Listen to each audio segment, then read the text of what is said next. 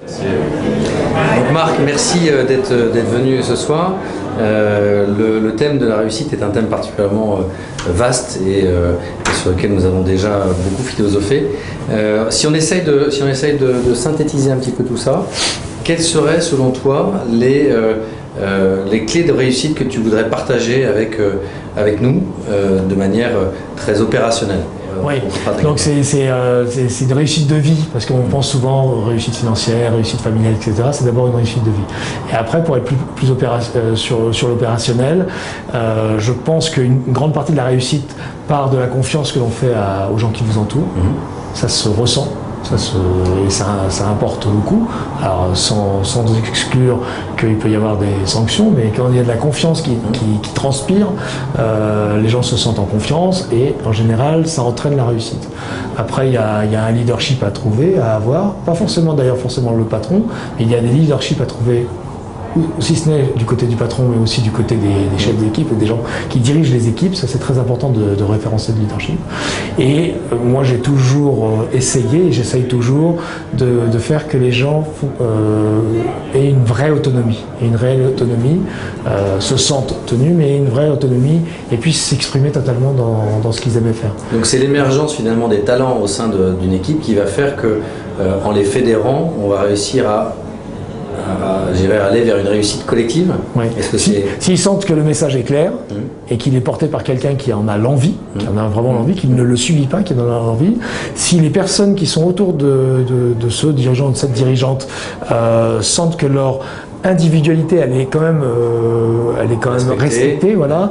Donc, et que leur autonomie est poussée, parce qu'ils vont avoir des leviers d'action et pas être seulement des caisses d'enregistrement, hein. On parlait de choses opérationnelles, donc je parle cash. On a de fortes chances de susciter la réussite, de s'approcher de la réussite d'ailleurs, parce que les gens se sentiront réussiront quelque part, se sentiront investis de quelque chose, et ça c'est un élément important. Quel est si tu devais dans ton parcours jusqu'à maintenant dire quelle a été ta plus belle réussite? Alors souvent on pense, en termes de réussite, on pense souvent à la partie la plus visible des choses. Par exemple, dans mon cas, c'est 5 tours du monde, personne ne l'a fait. Ou d'avoir fait 2 fois seconde d'un tour du monde. Il y a quasiment personne qui a fait ça. Tour du monde, 5 tours du monde, il n'y a personne qui l'a fait, je suis le seul dans l'histoire pour l'instant. Et donc on pourrait penser à ça. Et pour moi, ma plus belle réussite, il y a ça certes, je ne vais pas le nier, mais la plus belle réussite, c'est qu'à travers ma carrière, j'ai réussi à employer des gens très très divers, de gens très jeunes jusqu'à des gens très âgés, des compétences très multiples, et j'ai réussi à fédérer dans tout ce petit monde-là, à intervalles réguliers, donc à peu près 300 salariés dans toute ma carrière, à des moments où c'était pas forcément facile, et avec des métiers tous différents, et à arriver à ce que cette espèce d'architecture crée ma réussite, quoi. Mais est-ce qu'il y a un projet en particulier dont tu te souviens qui a été vraiment, tu es arrivé au bout de ce projet, tu te dis c'est vraiment une réussite exceptionnelle? Oui. On symboliserait ça par nous, le tour du monde c'est très parlant, hein. Le tour du monde c'est le tour de la planète, notre planète elle est ronde, le principe du rond s'entend en sport comme en entreprise, en général toute la réussite est là quand la boucle est bouclée. Nous dans le cadre du tour du monde c'est tout à fait lisible et simple à comprendre, on part d'une feuille blanche et quand on arrive, on passe la ligne d'arrivée vivant avec le bateau en état et l'équipe qui vous attend et les proches qui vous attendent, vous avez bouclé la boucle, donc vous avez a priori réussi le tour du monde. Si vous êtes premier, deuxième, troisième, c'est encore mieux, mais tout ça. Et donc ma vraie réussite, c'est mon premier Vendée Globe, où je suis parti d'une première idée, d'une envie, et c'était pas du tout évident, je n'avais jamais fait de tour du monde, je savais pas comment ça se faisait, je savais pas avec qui, je n'avais pas l'argent, etc., etc.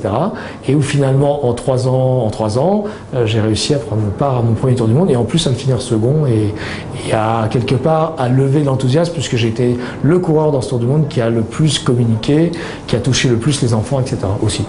Alors si on devait, en conclusion, donner peut-être 3 clés de réussite majeures que vous pourriez conseiller à n'importe qui, autour peut-être de termes ou de messages forts, quels seraient-ils?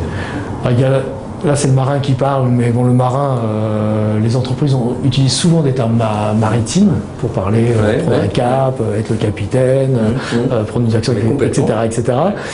Ça serait d'abord l'adaptabilité et on le sait d'autant mieux aujourd'hui dans la crise économique ou dans les crises économiques qui se succèdent à intervalles réguliers, que l'adaptabilité est la clé fondamentale.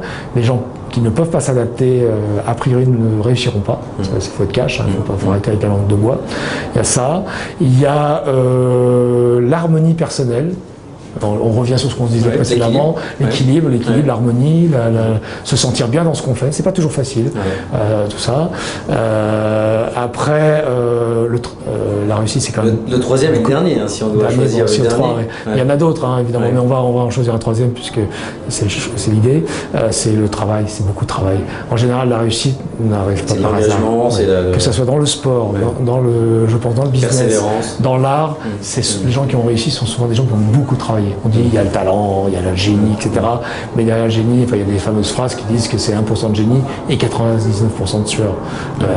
Qui que nous soyons. C'est ce qui est réel au quotidien de toute façon. Tout à fait, oui. Parce que quelqu'un qui réussit doit lever vraiment une grosse énergie et entraîner tout le monde. Et c'est là qu'on voit d'ailleurs la capacité à réussir ou pas. Merci beaucoup Marc pour tous ces éclairages. À très bientôt.